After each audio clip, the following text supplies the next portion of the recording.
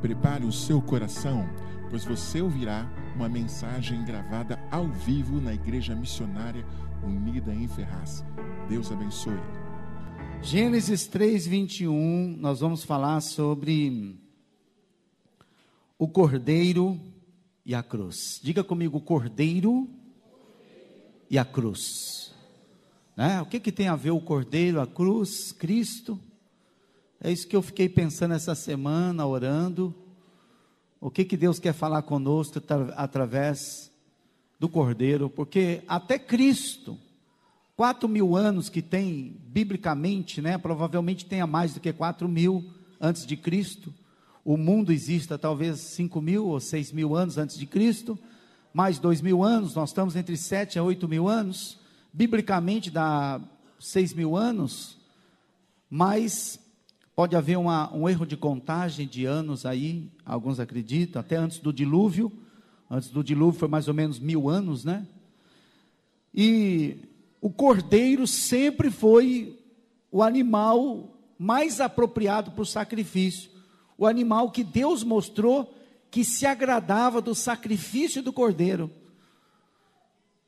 E o que tem a ver com o cordeiro com a pessoa de Cristo? Nós temos que fazer essa associação, essa comparação. E tudo começa aqui, em Gênesis 3:21, quando ainda no jardim do Éden, depois do pecado de Adão e Eva, depois do pecado, houve a necessidade de um animal ser sacrificado, porque Adão e Eva estavam nus, não se envergonhavam, não tinham consciência do pecado, era como duas crianças, não tinha maldade, não tinha malícia, talvez não tivesse sexo também por isso, não havia malícia, não havia maldade, não havia ainda consciência de pecado. Não que a consciência do pecado traz a ideia do sexo, porque não deveria ser assim, né? A necessidade sexual deveria brotar, né, na sua adolescência, juventude, e o entendimento da sexualidade na formação da família, do casamento, e começar a família, começar a crescer, multiplicar e encher a terra de famílias, a formação do caráter dentro da família, como Deus deseja que assim seja, que a família possa conviver juntos e possam se amar, se respeitar, aprender a conviver com amor, com lealdade, com responsabilidade, conhecer a Deus, conhecer o conceito da moralidade, para viverem bem, para serem felizes, abençoados por Deus, deve ser dentro da família, né? E dentro desse contexto eu já vou avisar para você, o meu conselho para você em relação às próximas eleições agora, não votar em candidato que quer destruir a família. Você sabe que está vindo aí, a maioria dos candidatos hoje estão trazendo propostas anticristo contra a família, não gosta da igreja. A tentativa é destruir o conceito de educação judaico e cristão, que é a nossa cultura, que é a cultura na maioria dos países do mundo. Eles estão com proposta de aprovar o aborto. Não vote em candidato que aprova o aborto, porque aborto é assassinato. O projeto é que a mãe possa desistir do filho em qualquer momento da gravidez. 8º mês, não quero mais esse filho, desistiu. E o médico do SUS vai ser obrigado a abortar uma criança. Você já pensou que horror, que crime, que assassinato? Nós vamos ter um país cheio de mães assassinas. É crime, irmãos. Qual a diferença da criança que está dentro da barriga e da que nasceu? Qual a diferença? Nenhuma. Absurdo. Então temos aí, a maioria dos candidatos, tá? Querendo aprovar aborto, contra a família, a favor dessa ideologia de gênero. Deixa eu explicar para você o que é a ideologia de gênero. A ideologia do gênero é apologia ao homossexualismo. O que é apologia ao homossexualismo? É um ensino incentivando a tornar as crianças homossexuais. É isso. Vai, aprova homossexualismo. Aprova isso, põe candidato. Você vai ver o que vai virar inferno nessa nação e Deus não vai abençoar essa nação. Se alguém sabe o que é o juízo de Deus, vai conhecer, porque você pode olhar no Antigo Testamento, o mesmo Deus, Jeová do Antigo Testamento, é o Pai do Senhor Jesus, é o mesmo Deus hoje que reina e domina, e quando os homens vão fazendo maldades, praticando pecados, e aprovando o pecado, ou seja, o estado de iniquidade, quando a nação entra no estado de iniquidade, vem juízo de Deus, vai ver, nazismo, veio o nazismo, juízo de Deus, veio o comunismo, vai procurar saber as nações comunistas, juízo de Deus, pobreza, miséria, doença, sofrimento. Por que o Brasil está sofrendo? Por causa desse espírito comunista que entrou no nosso Brasil. Não estava bem antes, mas hoje está pior. Talvez não materialmente, talvez ainda tenha um pouco de emprego, a vida financeira melhorou, mas a vida espiritual está uma porcaria. Então não apoia ministério que vai favorecer aprovações contra a igreja, contra a família, pessoas que estão nos odiando mesmo a igreja, odiando a nossa posição, a nossa condição de cristãos. Então, nós temos que tomar cuidado, é uma batalha espiritual.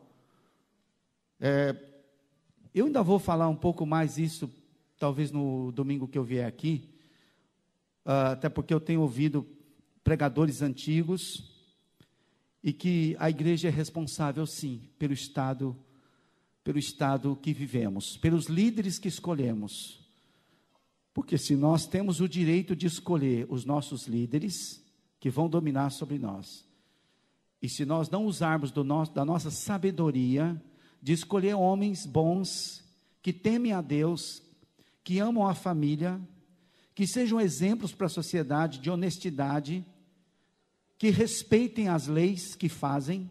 Se nós não escolhermos pessoas com esse tipo de caráter, nós merecemos os piores sobre nós. Nós merecemos os piores. Depois não chora não, não reclama não. Depois você põe a boca no pó, talvez ainda haja esperança. Talvez Deus tenha misericórdia de você. Então não escolha mal, não escolha errado. Eu não vou nem citar nome de candidato, você sabe quem realmente está a favor da igreja e da família.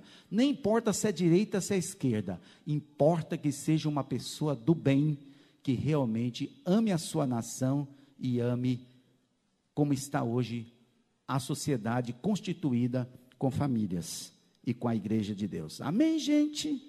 Amém? Você entendeu? Diga amém. Fez o Senhor Deus vestimenta de peles para Adão e sua mulher e os vestiu. Olha só, Deus é que providenciou as peles, e certamente se é peles, são peles de animal, de animais, peles de animais.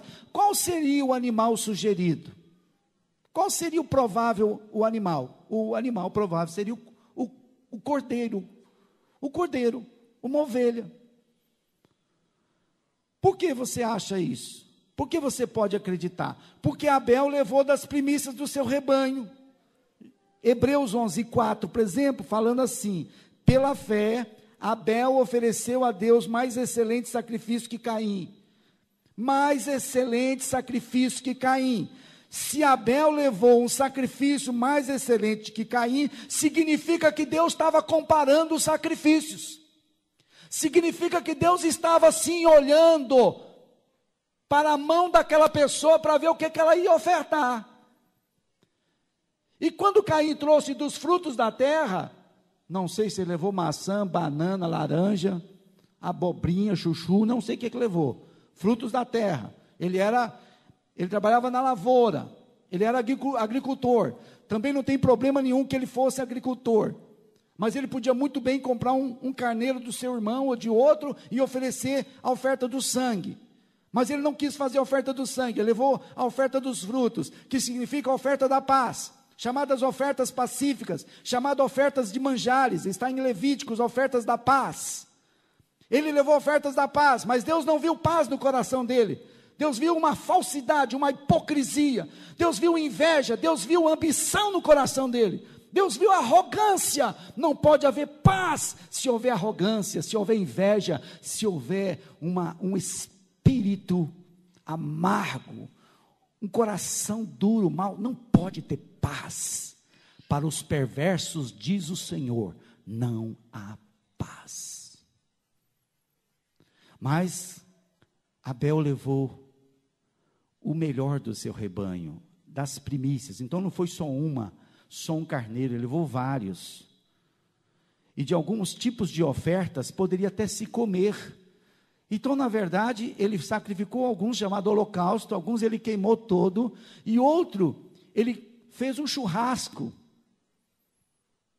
Havia uma parte das ofertas, depois a gente vai conhecer lá em Levíticos, que havia também as ofertas que poderiam se repartir para os que estivessem presentes.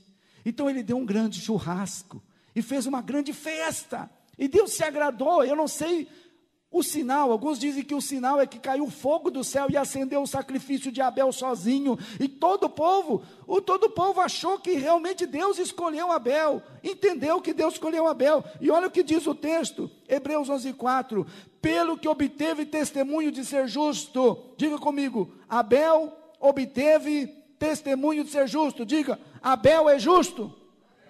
Como é que você sabe que Abel é justo? A Bíblia está dizendo que Abel é justo. Por que Abel é justo?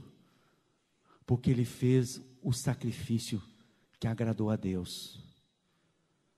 E Abel só fez o sacrifício de sangue, levou o cordeiro, porque certamente Adão e Eva, os pais, ensinaram que esse foi o sacrifício feito lá no Jardim do Éden. O dia que Deus sacrificou um cordeiro na frente deles, e tirou a pele do animal, e disse, vocês vão se vestir com esta pele. A ideia não é a nudez em si, mas a malícia. A malícia precisa ser coberta. Como que se cobre a malícia? É um problema espiritual. Não é a roupa que tampa o órgão genital, que tira o sentimento do pecado, o conceito do pecado, a vida do pecado.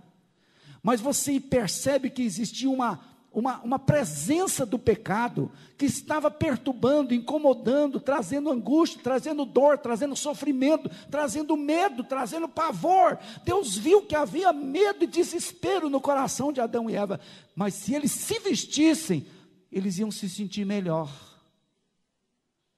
E certamente Adão e Eva ensinou a Abel, como ensinou a Caim, como ensinou a todos os seus filhos, que quando tivesse uma oportunidade de fazer um culto a Deus, nós estamos falando de culto a Deus, é o que você está fazendo aqui, culto a Deus. E quando se faz um culto a Deus, tem que vir com disposição de fazer sacrifício, sacrifício de fé, sacrifício de amor. Tem que dar a vida, tem que dar o sangue. Esse é o conceito, dá a vida, dá o sangue, para receber proteção contra o pecado. Porque quando você tem proteção contra o pecado, você tem proteção contra o diabo, você tem proteção contra o mundo, você guarda o seu coração das maldades. Está entendendo? Abel aprendeu a lição, ele é o filho obediente. Por que Deus abençoou o filho obediente? O filho que obedece pai e mãe. Quando Abel leva o sacrifício do cordeiro, ele está obedecendo papai e mamãe. Ele está respeitando os ensinamentos de papai e mamãe. É o que Provérbios tanto diz, que Deus honra o filho que obedece o pai e a mãe. Mas o filho desobediente é amargura para a alma. O filho rebelde, ele traz desonra para a família. Olha que interessante. Deus honra os filhos obedientes, e Deus honrou Abel, porque Abel levou exatamente o sacrifício que Adão e Eva haviam ensinado, e a partir de então, começou-se a se fazer sacrifício do cordeiro. Depois, mais tarde, quer dizer, Noé fez, depois do dilúvio, Noé também fez holocaustos. Depois Abraão, 300 anos depois de Noé, Deus chama Abraão, de Ur dos Caldeus, ele passa por Terá, ele vai até Canaã. Quando ele chega em Canaã, uma região chamada Siquém, próximo de Betel, debaixo dos carvalhais de Manre. Ele faz um altar, ele sacrifica um cordeiro ao Senhor, um holocausto ao Senhor, e Deus fala com ele, quando ele faz aquele sacrifício, Deus fala com ele: a terra em que você está pisando, onde pisar a planta do seu pé, eu tenho dado a você, Abraão, e a sua descendência. Eu vou levantar através de você, Abraão, uma grande nação que vai abençoar todas as famílias da terra. E aí, irmãos, mais tarde, depois, lá no Monte Sinai, Moisés, que fica com Deus 2 vezes por 40 dias e 40 noites, vou repetir, Moisés ficou 2 vezes no Monte Sinai, 40 dias e 40 noites, e essas 2 vezes a Bíblia diz que ele nada comeu, nem bebeu, porque ele estava com Deus num estado de glória, na presença de Deus. Deus o sustentou o seu corpo, e ele não sentiu fome, nem sentiu sede, e Deus falou com ele muitos mistérios, que provavelmente é o livro de Gênesis, a criação do mundo, né? O começo da humanidade, tudo isso é revelação de Deus para Moisés. Deus falou com Moisés muitas coisas, embora Moisés também tivesse muita informação, né?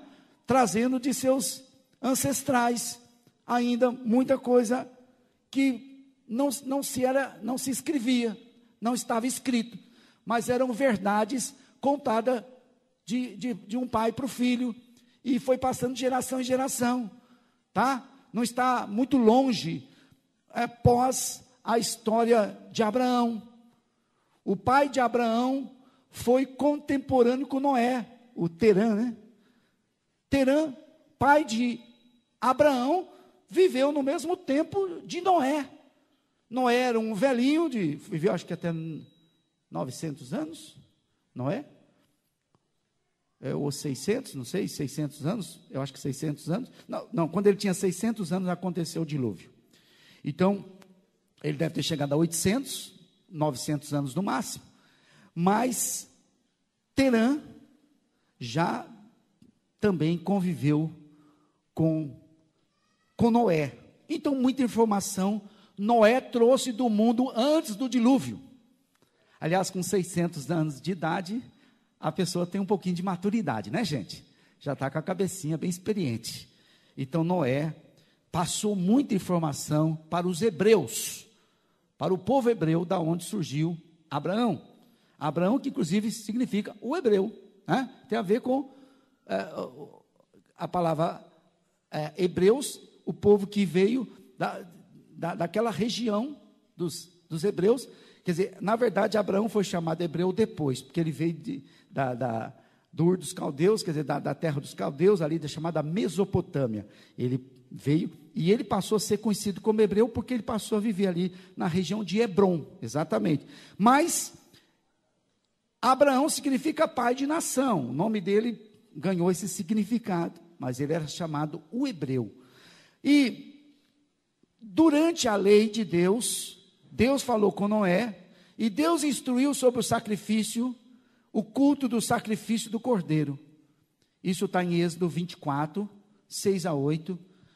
Quando uma vez Moisés fez uma aliança com o povo, Moisés desceu do Monte Sinai e fez uma aliança com o povo, uma aliança do povo com Deus.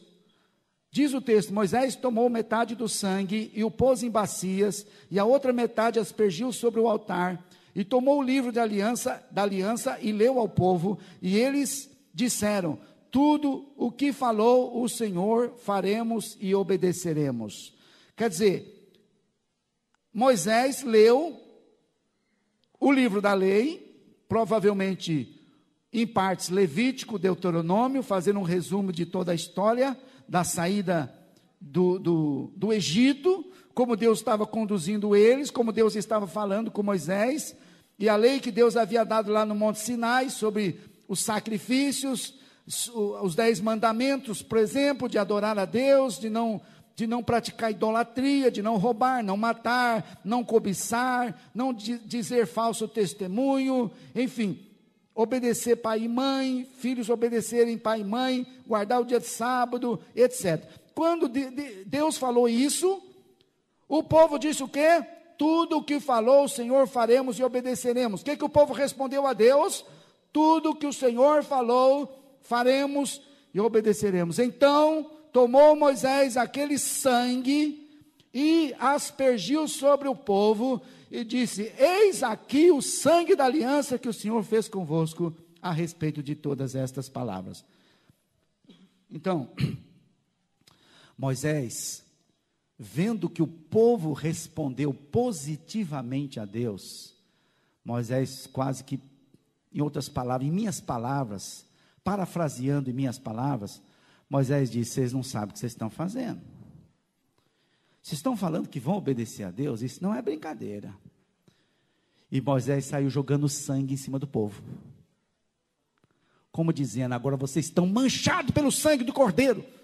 O sangue do Cordeiro tem poder. O sangue de Jesus tem poder. Ainda não havia o conceito de Jesus, mas Moisés estava dizendo exatamente isso. Deus tem a misericórdia. Vocês estão aceitando um sangue sobre vocês, um sangue de um animal bom, de um animal justo, de um animal que não tem pecado, não é? O Cordeiro tem toda essa característica de um animal manso, de um animal humilde. Você já viu sacrificar um porco? Já viu sacrificar um porco? Lá em Minas Gerais, quando eu era pequenininho, ia sacrificar porco, a gente ficava tudo desesperado, a criançada ficava apavorada, porque você vai sacrificar um porco, dá desespero, sim ou não? Vocês já viram ou não? O bichinho esperneia e grita, e olha que a pessoa enfia a faca, e ele grita mais, e o bicho não morre, morre trem, morre desgraça, o bicho não morre, mas é um grito desesperador. Quando ia matar porco, a gente já fugia de casa. Eu ficava assim, quem era forte, vai lá, tem que ver matar porco. Mineiro machista, tem que ver matar porco. A gente ia lá e não conseguia. Bicho faz um estardalhaço.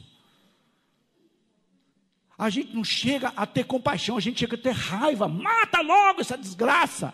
Corta o pescoço para ele parar de gritar. E quanto mais grita, mais desespero dá. Não é, gente? E eu até pensei em pegar um vídeo na internet e mostrar vocês matando um porco, para vocês ficarem desesperados.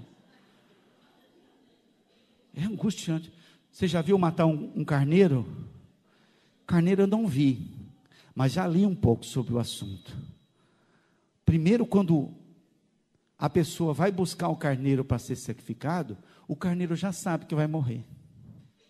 Ele já sabe.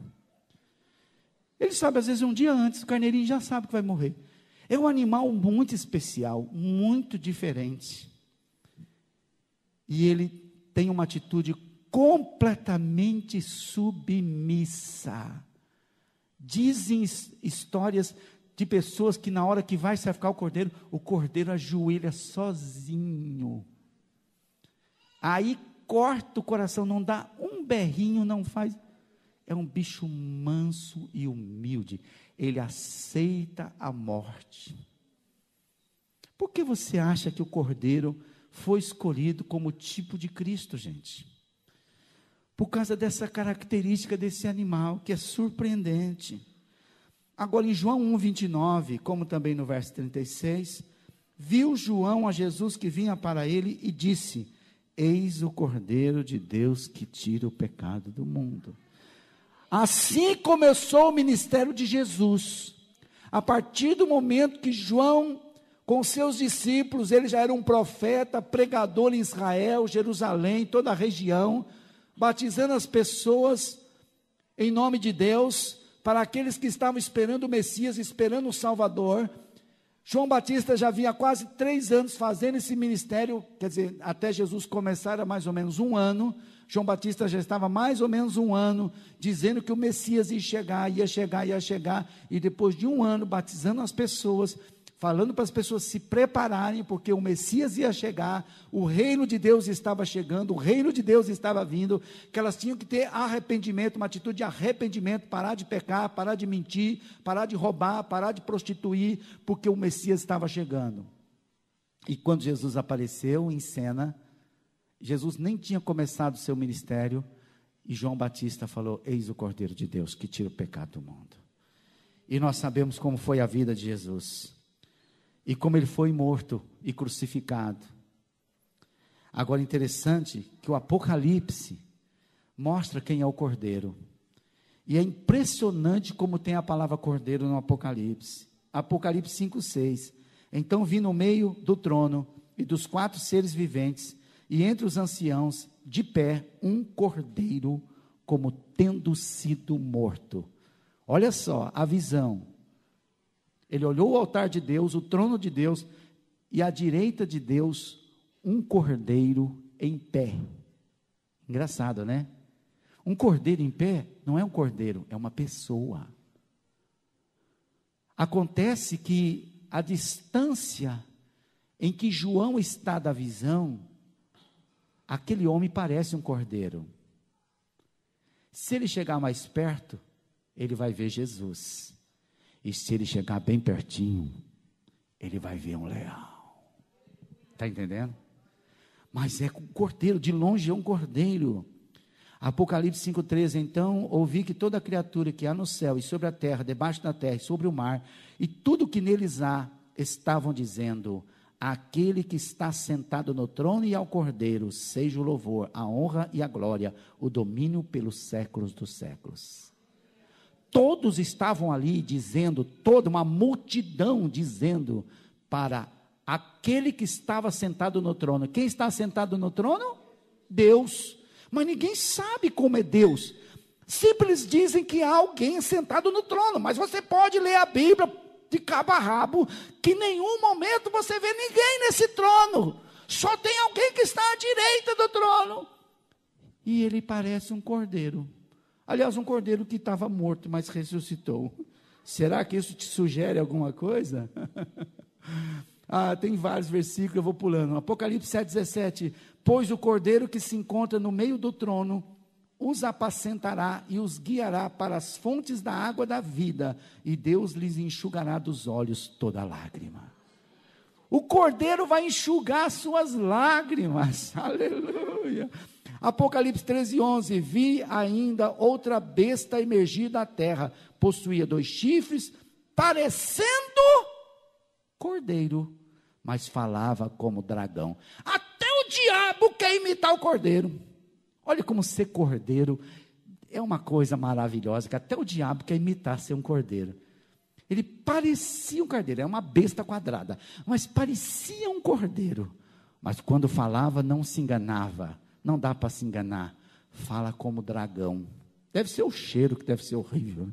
Dragão deve ser muito fedido. Apocalipse 19:9. Então me falou o anjo: escreve, bem-aventurado aqueles que são chamados à ceia das bodas do Cordeiro. E acrescentou: são estas as verdadeiras palavras de Deus.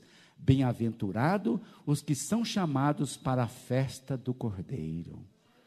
Amém, irmão? Você foi chamado, acredite. Apocalipse 21:23. A cidade não precisa nem de sol, nem de lua, para lhe darem claridade, pois a glória de Deus a ilumina, e o Cordeiro é a sua lâmpada. Coisa linda. O Cordeiro é como um sol que ilumina a cidade santa, a cidade de Deus, lá no reino milenar que vai chegar, né? Apocalipse 21:27. Nela nunca jamais penetrará coisa alguma contaminada, nem o que pratica abominação e mentira, mas somente os inscritos no livro da vida do Cordeiro. O livro da vida é de quem? Do Cordeiro. O livro da vida onde estão os nomes de todos os santos, de todos os chamados para a vida eterna, estão escritos no livro do Cordeiro. Irmãos, como que o nome Cordeiro está na Bíblia? Apocalipse 22, verso 1. Então me mostrou o rio da água da vida, brilhante como cristal, que sai do trono de Deus e do Cordeiro. Apocalipse 22, 3. Nunca mais haverá qualquer maldição nela, na cidade santa, né? Nela estará o trono de Deus e do Cordeiro, e os seus servos o servirão. E o último, 22:14, lá no finalzinho, 22:14, o último capítulo da Bíblia: bem-aventurado aqueles que lavam suas vestiduras no sangue do Cordeiro, para que eles assistam o direito a quê? A árvore da vida, e entrem na cidade pelas portas.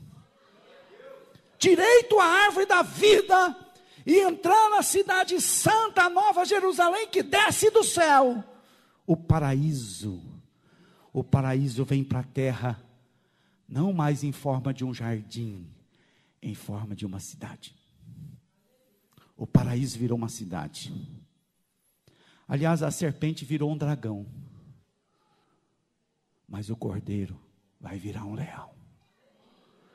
Tudo vai ser transformado no próximo mundo, na próxima vida, na próxima dimensão de existência, de vida. Tudo mudou. O leão vai matar o dragão, e o jardim de Deus já desce como uma cidade linda e maravilhosa. Aleluia! Glória a Deus! Então, vamos dizer que o cordeiro seja o único animal que podia tipificar Cristo, porque Cristo é o único homem que pode tipificar Deus. Se você quer imaginar a pessoa de Deus, ainda não pense como leão, pense em Deus como um cordeiro, porque é assim que Ele está se apresentando para o mundo. Deus não se mostra como leão, que quer matar, devorar, fazer justiça. Aliás, a sugestão de C.S. Lewis nos livros e no filme Nárnia, o mundo de Nárnia, que aliás no mundo de Nárnia é um leão manso, um leão humilde como um cordeiro, mas que é feroz contra a feiticeira e contra o povo da feiticeira, né? Que ela seduz o mundo com a sua bruxaria, com a sua feitiçaria. Não tem tudo a ver com o mundo de hoje? Sim ou não? Não tem tudo a ver? Tem tudo a ver. A feiticeira, Satanás, a bruxa, que engana as pessoas, né? Aliás, entre a família, né, do Pedro, qual é o nome do jovem, o personagem principal do filme? Pedro. Né? E o outro irmão, a irmã, como é que chama a irmã? Lúcia, Luz. Mas aquele que é seduzido pela feiticeira, e que por um tempo ele fica contra Pedro e a Lúcia, qual é o nome dele? Edmundo. Junto ao mundo, a palavra Edmundo, aquele que reina no mundo, aquele que vive o mundo. Até o nome é muito bem sugerido, criado pelo teólogo inglês C.S. Lewis, o livro de Nárnia, os filmes de Nárnia. Então, irmãos, por que o cordeiro? Por causa da sua mansidão, da sua fragilidade em não reagir com rebeldia e violência, pela sua dependência de um pastor. Ovelha sempre ama e respeita os pastores. Você é ovelha ou você é bode? Bode chifra os seus pastores, ovelha submete aos seus pastores. Porque Deus escolheu a ovelha, o carneiro, o cordeiro. Por quê? Porque Ele sugere respeito e obediência. Amém, irmãos? Amém? Estão entendendo? Porque a palavra carneiro, que aliás, eu estava aqui procurando, e eu esqueci de pôr, mas a palavra carneiro, no hebraico, sugere as vigas da porta, chama carneiro. Uma árvore forte, o terebinto, era chamado carneiro. Carneiro faz referência a um homem responsável que cuida da sua família, um líder na família, um homem responsável que cuida do seu lar, era chamado de carneiro, um homem carneiro. Sabia disso? A palavra carneiro tem várias referências de alguém de caráter, de alguém forte, de alguém modesto, humilde, era um carneiro. Interessante na cultura. Então, para que os filhos de Deus se identificassem com ele através dessa figura do carneiro, vendo a Deus com amor e bondade e humildade, para se quebrantarem quando forem fazer culto a Deus, prestarem culto a Deus, pudessem se quebrantar, se humilhar, para rogar a Deus o Pai, o pastor das nossas almas, rogar o seu perdão, o seu cuidado e a sua proteção espiritual, para que jamais os seus cordeirinhos, os cordeirinhos de Deus, jamais se cansassem de segui-lo, pelo caminho que fosse, e de depender da sua graça, da sua misericórdia e do seu poder de nos purificar dos nossos pecados. Então Deus escolheu a imagem do carneiro para sugerir para nós que nós temos que ser mansos e humildes diante de Deus, aceitar o tratamento de Deus, aceitar os caminhos que Deus traçou para nós vermos em Jesus o exemplo de um cordeiro santo, que não tinha pecado, mas tomou o nosso lugar na cruz, morreu a nossa morte, levou sobre si os nossos pecados. Põe a imagem daquela cruz, das 3 cruzes, diga comigo 3 cruzes, eu vou estar encerrando aqui. João 19:17 diz assim: tomaram a eles, pois, a Jesus, ele próprio, carregando a sua cruz, saiu para o lugar chamado Calvário, que quer dizer caveira, Gólgota em hebraico, e crucificaram com Jesus outros 2, um de cada lado, e Jesus no meio. A gente olha para o Calvário, tem 3 cruzes, concorda comigo? 3 cruzes? A cruz do meio, a cruz de Jesus, a quem eles espancaram muito, e furaram os braços e os pés, que estava todo dilacerado, arrebentado, é a primeira visão da cruz. Diga comigo, primeira visão da cruz. A cruz de Cristo, ela tem 3 lados, 3 aspectos, 3 visões. São 3 cruzes que estão lá, certo? Sim ou não? 3 cruzes, tá. A primeira cruz é a cruz de Jesus, o Salvador. Quando você vê o Cristo do meio, você vê que ele te substituiu. Diga, ele me substituiu. Ele te substituiu, ele foi na cruz no seu lugar. Isso está em 1 Coríntios 15:3, porque primeiramente vos entreguei o que também recebi, que Jesus morreu pelos nossos pecados. Hebreus 2:17, pelo que convinha que tudo fosse feito semelhante a seus irmãos, para tornar o sumo sacerdote misericordioso e fiel nas coisas concernentes a Deus, a fim de fazer propiciação pelos nossos pecados. Propiciação pelos nossos pecados. Quer dizer, para que Deus não tivesse mais raiva de nós, ódio de nós, para que Deus desistisse de nos castigar, nos punir, Jesus fez propiciação. O que quer dizer propiciação? Ele fez um sacrifício para tornar propício Deus a nosso favor, ou seja, para mudar. A palavra propiciação significa mudança de propósito. Aliás, a tampa da arca, já não tem mais arca aqui, mas vamos pôr uma outra arca então. A tampa da arca chamava propiciatório, é o lugar para se fazer a propiciação, para Deus mudar, em vez de nos julgar, Ele nos salvar, em vez de nos punir, Ele nos abençoar. Então Jesus foi feito o propiciador, o cordeiro. Engraçado que ele não é só o cordeiro, ele é também chamado de sumo sacerdote. Ele é o cordeiro e o sumo sacerdote, as 2 coisas. Ele sacrificou a si mesmo, ele levou ele para a cruz, né? Conforme ele diz em João 10, ninguém tira a minha vida, eu espontaneamente a dou. Você sabe que esse é o argumento porque Jesus não é um Marte, porque o Marte não é aquele que quer morrer, ele é levado a morrer, e ele fala, não tem jeito, eu vou morrer. O Marte, ele é sacrificado, assassinado, alguma coisa, mas ele não queria. Cristo não é o Marte. Não é o Marte, porque ninguém matou ele. Ele não foi assassinado. Ele se entregou, é diferente.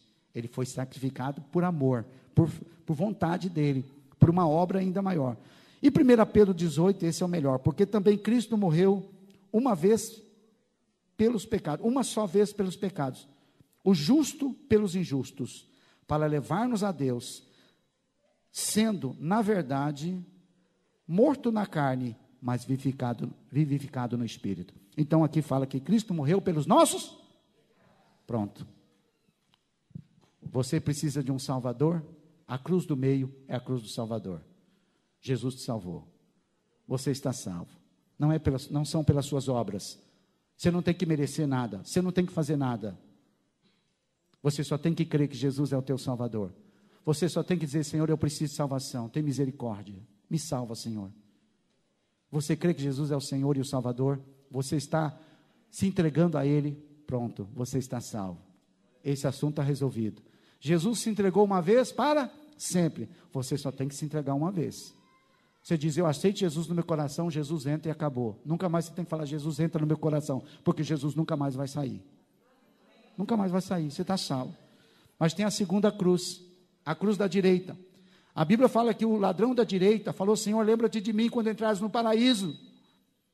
Jesus diz, quando entrares no teu reino, aliás, no teu reino, ele pede para entrar no reino. Jesus diz, ainda hoje estarás comigo no paraíso.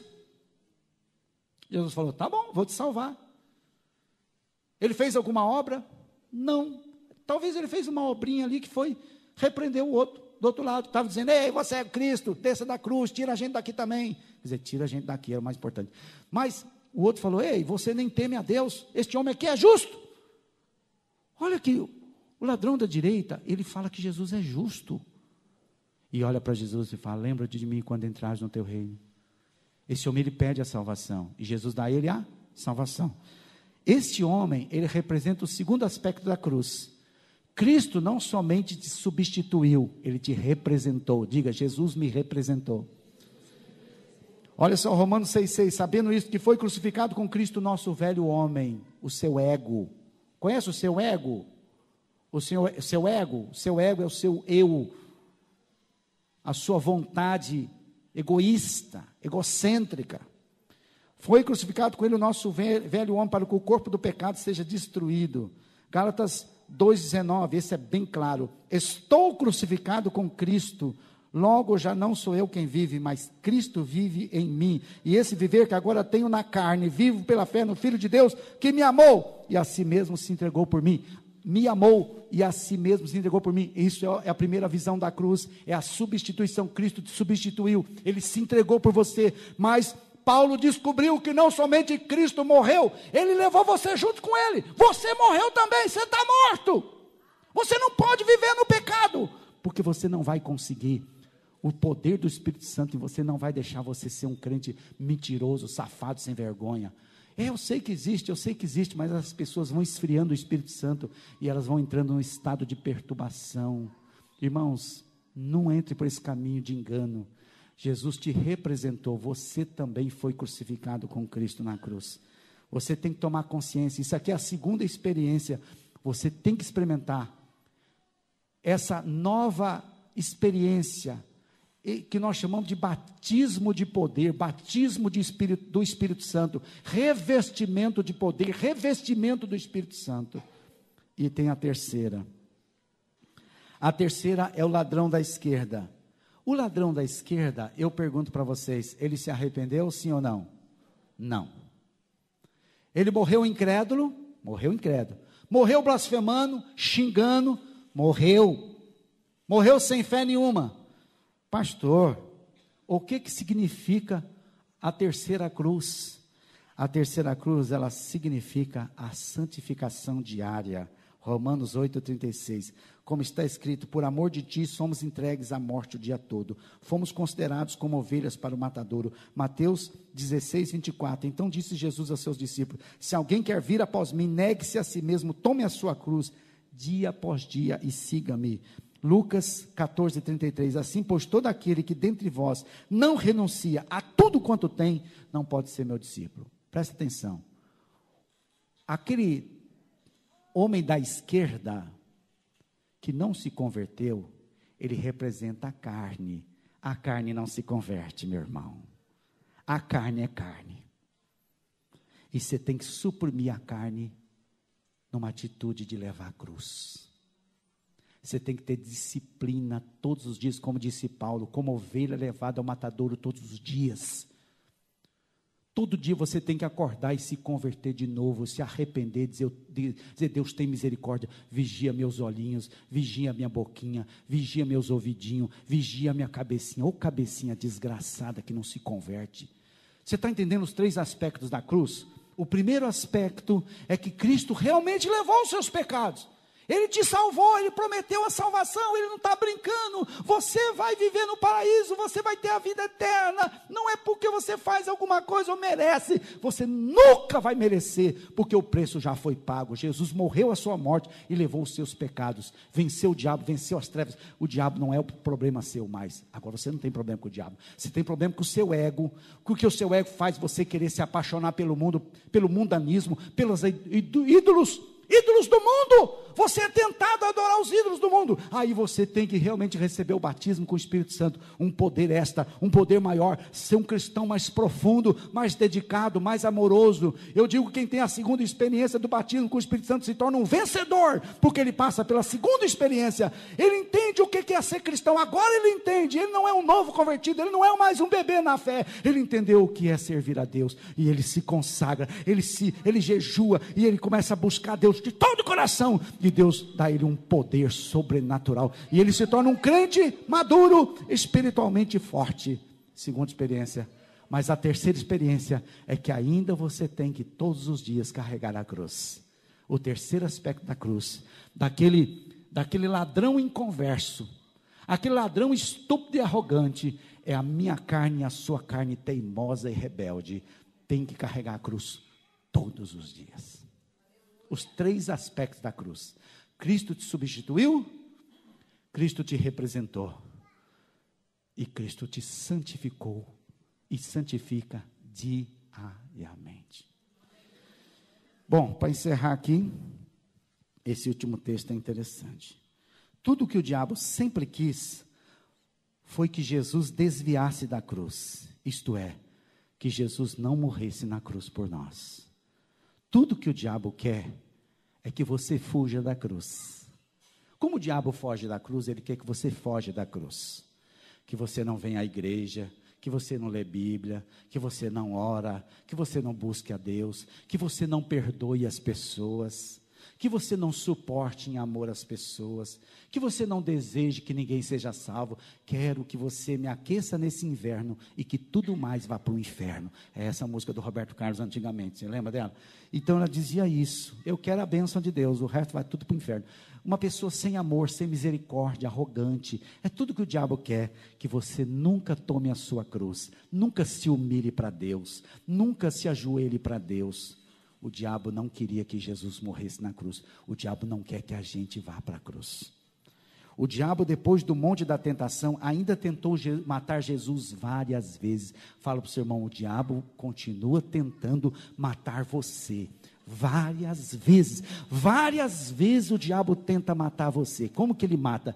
Tirar você de Deus. Jesus diz em João 10:10, o diabo veio para roubar, matar e destruir. O que o diabo quer? Roubar você, tirar você de Deus, roubar você de Deus, para depois te matar espiritualmente, e depois ir destruindo tudo que você tem, tudo que você é. A cruz é o único lugar onde podemos receber o poder de Deus para vencer o pecado, o mundo, a carne e o diabo. A cruz é o único lugar, diga comigo, a cruz é o único lugar para receber o perdão, a misericórdia e o poder de Deus para vencer todos os meus inimigos. Não adianta, irmãos, a cruz é o único lugar, porque na cruz você vê o amor de Deus, na cruz você vê o quanto Deus está disposto a pagar pela sua vida, e o quanto você não quer pagar. A cruz é para te humilhar mesmo. A cruz é para te jogar no chão, te arrebentar e mostrar que você é um arrogante, Você é uma pessoa perversa, maligna, com tendências luciferianas. Você tem tendência luciferiana. Nós, humanos, temos tendências luciferianas. Nós fomos criados para ser anjos, mas podemos nos tornar demônios. A cruz é o único lugar. Sempre precisaremos avaliar a nossa área fraca, nos momentos críticos da nossa vida, porque a cruz de Cristo estará sempre operando na área onde estamos fracos. Qual área está fraca? É onde a cruz quer operar. Qual é a área que está fraca? Seu caráter, na família, no trabalho, nos relacionamentos, na convivência. Aonde está vindo uma crise, presta atenção. A cruz de Cristo quer operar ali e resolver o problema e fazer o milagre. Precisamos saber que não são somente coisas más, aparentemente malignas que são pecados, mas pecados são também coisas boas, coisas que gostamos de fazer, queremos possuir, mas que pode se tornar uma idolatria, um ídolo na nossa vida e nos roubar da presença de Deus. Pecado não é só coisa ruim. Pecado não é só roubar, mentir, prostituir, pornografia. Não. Tem coisa que é boa, mas Deus fala para você não. Agora não. Muito dinheiro para você, não. Carro zero para você, não. Não vai te fazer bem. Está entendendo? Aquela moça, se apaixonou pela moça, linda, maravilhosa, uma miss. Mas Deus fala, você não vai ser feliz com ela. Não case. Aquele homem lindo, não case. É um príncipe, mas a hora que ele bater na parede vai virar um sapo. Você vai ver, você vai pagar o preço do sapo. Então, tem muita coisa que aparentemente é boa, mas não quer dizer que é de Deus. Se não é de Deus, estou fora. Seja feita a vontade de Deus na minha vida. Amém, irmãos? Para encerrar, 3 dias depois do povo de Israel passar o Mar Vermelho, aquele milagre maravilhoso, fizeram festa, cantaram, Miriam bateu um tamborim ali, Miriam começou com engraçado, o louvor começa com uma mulher, interessante, o louvor em Israel começa com uma mulher, depois de um grande livramento, passaram em pé seco no Mar Vermelho, o Mar Vermelho voltou, destruiu todo o exército egípcio, um livramento fantástico, maravilhoso, Miriam pegou um tamborim, começou a bater, começaram a fazer uma festa, e virou um grande louvor. 3 dias depois, fala comigo, 3 dias depois, acabou a festa. Tiveram sede, viram um lago, caíram de boca, águas de Mara. O que significa águas de Mara? Águas amargas. Meu Deus, acabei de me converter, mas a minha vida está amarga. Ainda resquícios do pecado, saudade do Egito, saudade das coisas do Egito. No fundo do coração, a gente gosta muito do Egito, do mundo. Tem coisas dos demônios que são gostosas, são boas. Tem manjares do diabo que são interessantes. Mas vira amargura, porque não agrada a Deus, amargura. E eles ficaram revoltados. E até falaram em apedrejar Moisés. É engraçado, né? Os servos de Deus nessa hora são os alvos, né? A culpa é do pastor, a culpa é do líder. Porque ele não ora, porque ele não tem poder, porque ele não faz o milagre na minha vida, é ele que não tem fé, eu sou um cara bacana, eu sou uma mulher de Deus, mas o milagre não acontece por causa da culpa do meu pastor, a culpa é meu líder, a culpa é os outros, meu pai, minha mãe. A gente sempre quer jogar a culpa para os outros, isso é coisa do ser humano, jogar a culpa para os outros. Foram para Moisés buscou a Deus, Deus falou, corte um pedaço de árvore, um pedaço da lenha, o que lembra a lenha? Cadê a cruz, minha irmã? O que lembra a lenha? A cruz. Jogou a cruz na água e as águas ficaram doce, como é o Espírito Santo, quando ele toma conta da nossa vida. Beberam a água e a água ficou doce. Foi o primeiro milagre, o primeiro sinal depois de passarem o Mar Vermelho. 3 dias depois, Deus faz este sinal para ensinar a nós que mesmo que nós entregamos nossa vida para Jesus, alguns momentos a nossa vida fica amarga, e quando a nossa vida ficar amarga, o que tem que fazer? Fala para o seu irmão, cruz de novo. A cruz é o lugar, a cruz é que cura tudo, a cruz é que resolve tudo. Nós precisamos da cruz, porque quando vamos à cruz, a gente vê o Cordeiro de Deus, o amor de Deus, a paixão de Deus. Deus falando: eu ainda estou contigo, meu filho, eu não desisti de você. Você pode ter pecado, você pode ter errado, você pode estar falhando, mas eu estou aqui, eu carrego o seu pecado, eu tiro o pecado da sua vida, eu tiro o peso das suas costas, eu tiro a ferida do seu corpo. Eu sou teu Deus, eu te amo. Você olha para a cruz e você recebe descanso, você recebe paz, volta a doçura, você fica doce de novo. Você estava amargo, aí você vai, se quebranta, se humilha. Deus, tem misericórdia, me ajuda, o pecado está vindo contra mim, minha carne é fraca, aquele ladrão safado não sai da minha vida. Oh meu Deus, você se humilha, se quebranta, chora, pede a Deus misericórdia. Está difícil, Senhor, estou sofrendo, essa tribulação, essa angústia, essa crise na minha vida, Senhor. Você se humilha, se humilha, se humilha, se humilha. Você fica doce de novo. Você quebranta seu espírito e Deus vem e faz o milagre. Transforma a sua alma e você volta a ser aquela pessoa alegre, forte e doce. Na cruz, a cruz de Cristo tem poder. A cruz. Vamos ficar em pé em nome de Jesus, vamos orar. Vamos orar. Nós vamos fazer o batismo. Aleluia! Não tenha medo da cruz. Fala para o seu irmão: não tenha medo da cruz. Ela é feia mesmo, mas ela é a resposta de Deus para todos os seus problemas. Eu não sei qual foi o teólogo que diz assim, que Deus amou tanto o homem, Deus amou tanto o homem, e teve tanta compaixão do homem, que deu a cruz para salvá-lo. Que Deus legal, que Deus bacana. Ele te amou tanto que Deus falou assim: tem jeito sim, tem jeito para você. Cruz! Que Deus legal, né? Eu vou dar um jeito para você, para arrancar esse pecado da tua alma. Eu vou dar a cruz para você. Porque realmente quando você estiver carregando a cruz, você não vai murmurar, você não vai reclamar. Enquanto você estiver na cruz morrendo, meu filho, não tem problema nenhum. Foi o A.W. Tozer que disse que quando a pessoa vive na cruz, ela não olha para trás. Na cruz não dá para olhar para trás. Na cruz não dá para voltar atrás. E na cruz você não faz planos. Quem está morrendo na cruz não faz planos. Os planos são de Deus para você. Deus faz planos para você. Ai pastor, meus planos não dão certo, meus projetos estão dando tudo errado, tudo que eu sonhei, tudo que eu pedi, nada está dando certo. Vai para a cruz. Na cruz morre todos os seus projetos, todos os seus sonhos, todos os seus planos, morre na cruz. Agora o que ressuscitar é de Deus. Morreu, ficou morto, acabou. O que voltar, volta com o poder do leão, porque Cristo morre como um cordeiro, mas ressuscita como leão. Se você, quando você vai para a presença de Deus, quando você vai para a presença de Jesus, você vai como cordeiro, mas você volta como leão. Aleluia. Morre como cordeiro, ressuscita como leão. Sabe? Porque assim, lá em Apocalipse, capítulo 5, quando João é arrebatado ao céu, ele diz: eis que eu vejo um cordeiro.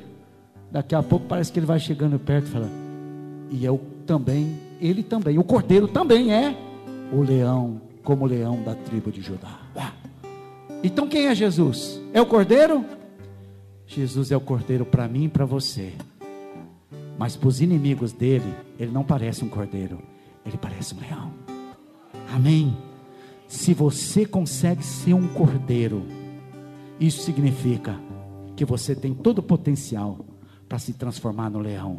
E um dia você vai descobrir quão leão você é, quão forte e poderoso você é.